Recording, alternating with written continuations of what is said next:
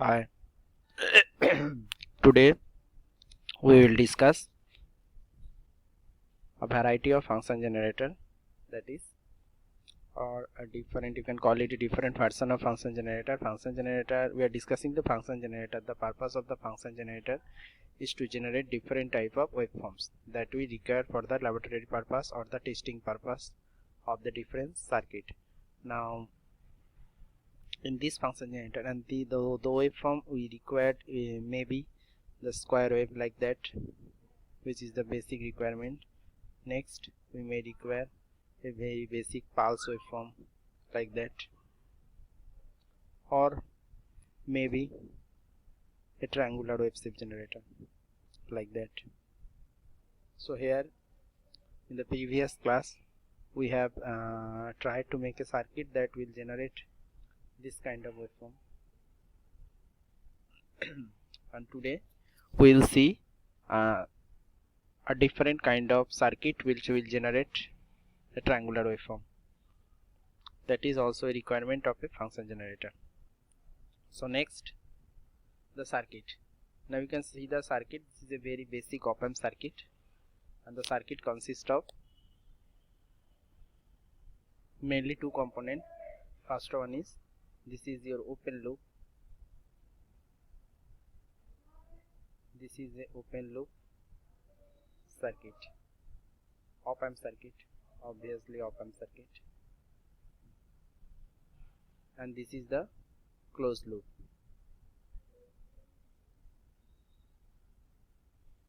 Op-amp circuit, obviously. Now in the case of the open loop op-amp circuit, as we all know that the output is, there is no feedback path like that. In the case of the open loop op-amp circuit, so the output may be switches back to plus VCC or minus VCC. So V1, V01, that is the output of this waveform of this circuit. Okay, the output of this circuit is either plus VCC or the minus VCC. Now at the second stage. Now second stage consists of an integrator.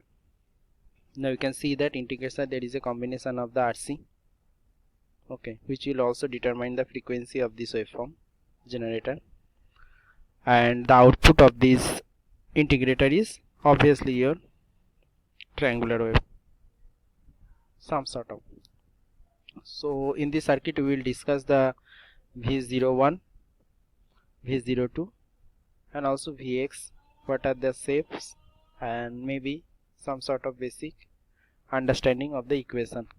So as I said that the output of A1 is either plus VCC or minus VCC. Okay, if the negative point voltage is higher, then the output is plus VCC, sorry, minus VCC, and if the positive terminal voltage is higher, the output will be plus VCC. If the positive terminal voltage is higher, the output will be plus VCC, and if the negative terminal voltage is higher, the output will be minus VCC. Next, this waveform, from this waveform, that means this is actually grounded. You can see that this is grounded, so the switching over of this circuit is totally dependent on this voltage Vx. Okay, now if this voltage Vx, this is 0 volt. Now if this voltage Vx is greater than this voltage, that means 0 volt, then the output will be plus VCC, and if this voltage Vx is less than 0 volt, then output will be minus VCC. That is obviously clear. So the output of this first stage is strongly dependent upon the voltage of the Vx. Now we will study what will be the expression for Vx. Now the Vx is actually composed of, this Vx voltage is actually composed of these two voltage. That means V1, that is also dependent Vx is also dependent on that, and Vx is also dependent on that voltage also. So the expression of Vx consists of function of VO1 and VO2. That is clear, I hope. Okay, so I am repeating again the previous case. This is 0 volt and this is Vx. So if this Vx is greater than 0 volt, then the output will be plus VCC, and this, if this Vx is less than this 0 volt, then the output will be minus VCC. That is clear. That means the output of this circuit is dependent on this Vx unknown voltage, and this Vx is dependent on also VO1 and VO2, which is Vx is a function of VO1 and VO2. So the expression of Vx is consists of this. Okay. So now suppose in the first case we have considered that the VO1 to be minus VCC.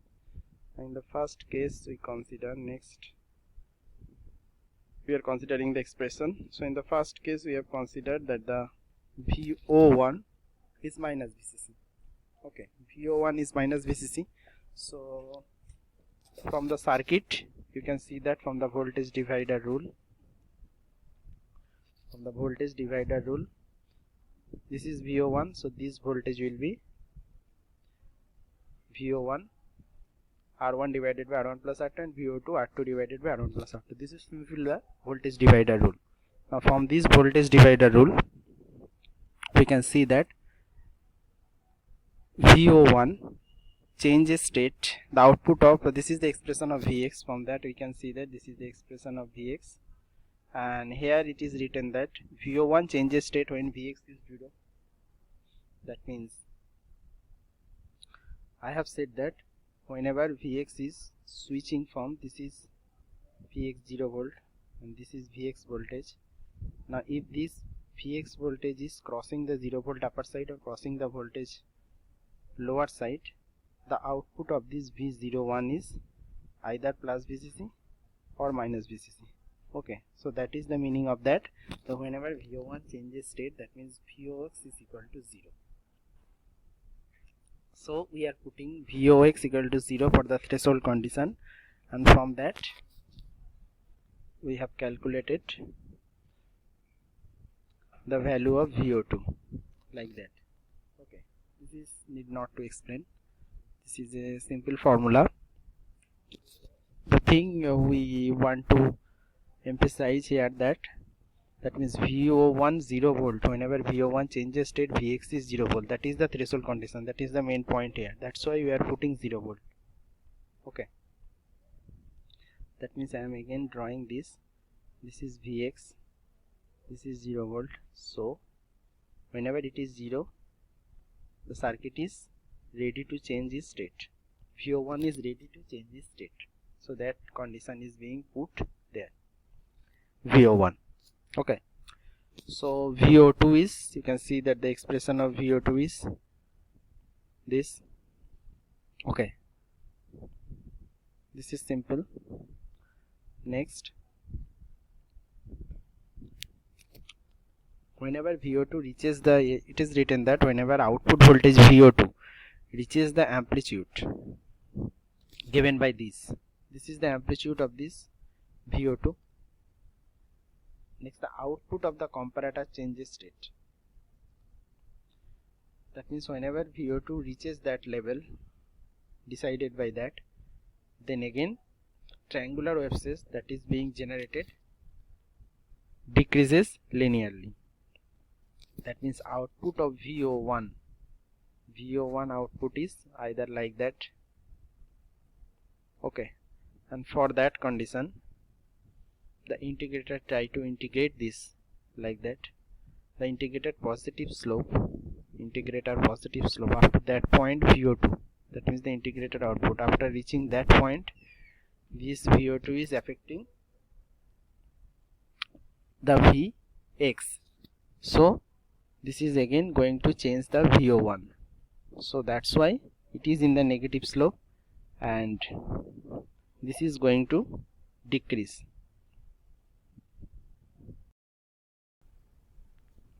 So here the capacitor is actually output of this, so I am repeating again. This is the output of V01, which is almost a square wave like that, plus VCC minus VCC, and the output of integrator is like that. Now output of integrator, this is a triangular Waveshape generator. It is actually charging and it is also discharging. The charging level is up to this. So whenever this is VO2 and this is VO1, so whenever VO2 reaches that level, that means decided by that. Okay, so whenever VO2 reaches that level, from that level it is going to discharge. Again, whenever it is reaching that level, then it is again switching occurs and it is again going to charge. So that is decided by this VO2. The frequency of this circuit is controlled by RC time constant of the integrator. Now to obtain the equation of this time, we are seeing that the relationship between charge, current and time. Charge equal to current into time. And if we are going to differentiate this with respect to time, this is happens. From there we can write IC equal to this. As the capacitor charges, whenever the capacitor is going to charge, Q equal to C into V. VO2 is the output of the integrator, that's why charge equal to C into V. That is the expression. And if you want to substitute the value of the previous relation, then we can get IC equal to dVO2 by dt. Okay. And if we go down further, then you can see that input resistance of the op amp is high. This is the characteristics for every amplifier. The input resistance is actually going to very high and the output resistance of any amplifier is going to very less. That is true for MOSFET also. So the current through the resistor R is approximately equal to the charging current. That means no current is going to consumed by the op amp. That is the meaning of that. So IR is also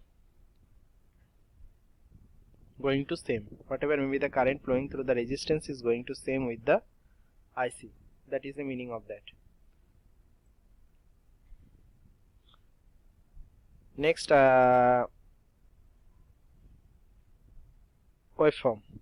I am discussing the waveform of the different. This is VO1, this is VO2 and this is VX. You have seen the circuit. This VO1 circuit, I have said that this is an open loop op amp. So this circuit is switches back from minus VCC to plus VCC like that. Okay, this is open loop op amp, and the open loop op amp in the circuit you can see that this is going to 0 volt and this is Vx. So dependent upon this voltage, this is changes. Dependent upon this voltage, this is going to change. Whenever this Vx voltage is above 0 volt, it is switches back. So you can see from there this is a relationship like that. So whenever this Vx is crossed down from 0, it is switching back. This is crossed down from 0, that's why it is switching back to again this level. And whenever from down it is crossing the 0, that means it is again switches back straight to plus VCC. So that is clear from the circuit configuration and of the waveform also. So this is the waveform of Vx and this is the waveform of VO1. Okay, and next VO2. So VO2 is whatever may be the waveform of VO2, that is supposed to be the triangular wave. Okay, and this is the time period of this total waveform, and this t, small t, we will discuss in the next section. What is the small t? Small t is the time period that will be taken by the capacitor to charge from 0 volt to the highest level decided by VO2. That is the highest level decided by VO2. From that it is switches back again to negative slope. So that is decided by T. So that is the T. So you can see that from the total circuit configuration or the output circuit waveform, this T is actually, again repeating, what is T? T is the time required for the capacitor to charge from 0 volt to the highest level decided by VO2. So you can see, if you decompose the waveform, so this is 1, this is 2, this is 3, and you can see that this is also 4. So from the total time period, T is equal to just 1/4 of this. I hope it is clear what is T and what is small t and what is capital T. Capital T is the total time period decided by the triangular wave-shape generator total time period, and small t is the time required for the capacitor of the integrated circuit to charge from 0 level, not the negative level, from 0 level to highest level of V2 decided by the circuit configuration we have discussed earlier. Whatever may be the value of V2, we have decided from by putting the Vox equal to 0, that is the maximum value of V2. Okay, so I hope the circuit and also the waveform are going to almost clear to you. And next, whatever we are left behind, this is the current of the IC, which will be equal to IR, because of the input resistance of the op amp is very high. So also from the general circuit configuration, IR is going to VO1 minus 0 by R, and the voltage gain of the op amp is very high, so the voltage at the input is nearly 0. Input voltage is nearly 0. That's why IR equal to VO1 minus 0 by R. From the circuit it will be clear also. You can later go to the circuit. This is VO1. Okay, so whatever may be the IR value, so this is 0, this is 0, this is 0, so VO1 minus 0 by R. Simple op amp circuit.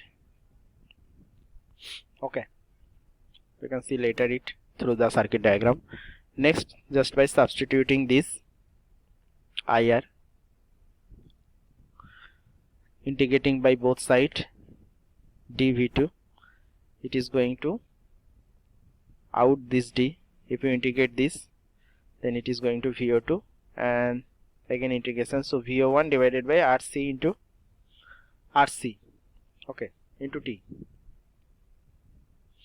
So again substituting VCC, so final whatever we require, this is the final value of T, RC into R1 divided by R2. Now what is this T? It is clear to you, I hope. Now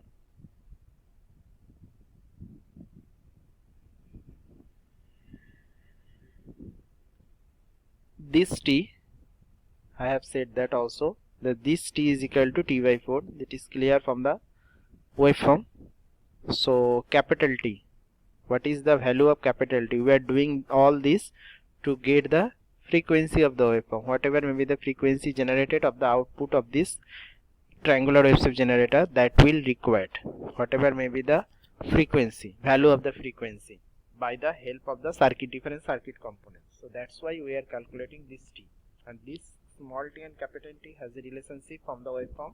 So if we somehow calculate the small t, the capital T will be easily been calculated.